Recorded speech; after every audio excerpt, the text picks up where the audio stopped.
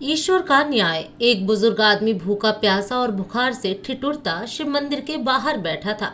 तभी वहां पर नगर के सेठ अपनी सेठानी के साथ एक बहुत ही लंबी और महंगी कार से उतरे। उनके पीछे उनके नौकरों की कतार थी।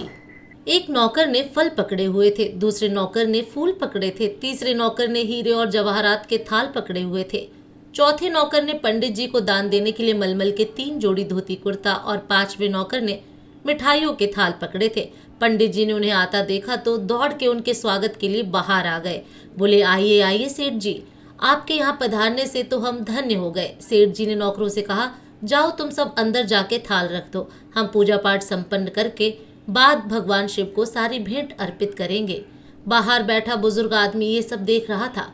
उसने सेठ जी से कहा, मालिक 2 दिनों से भूखा हूँ, थोड़ी मिठाई और फल मुझे भी दे दो खाने को।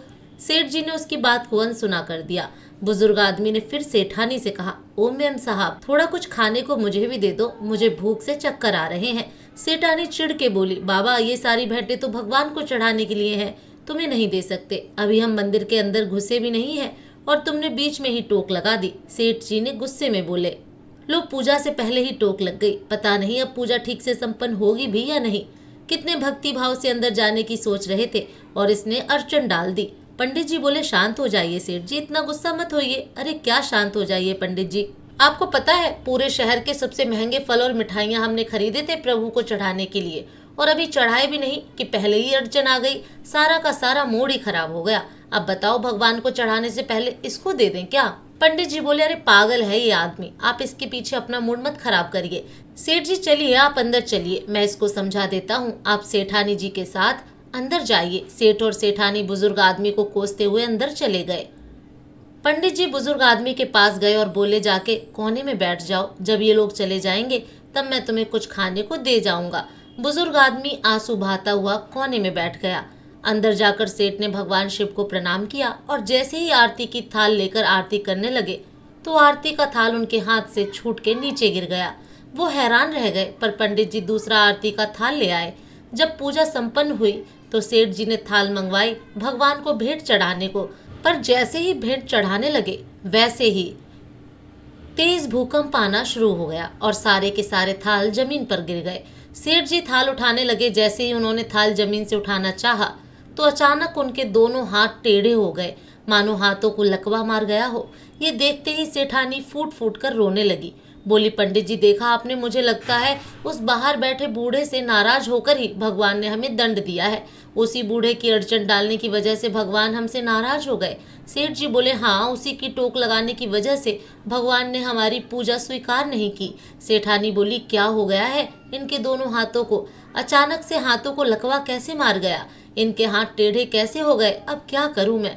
जोर जोर से रोने लगी। पंडित जी हाथ जोड़कर सेठ और सेठानी से बोले, माफ करना, एक बात बोलूं, आप दोनों से भगवान उस बुजुर्ग आदमी से नाराज नहीं हुए हैं, बल्कि आप दोनों से रुष्ट होकर भगवान ने आपको ये दंड दिया है।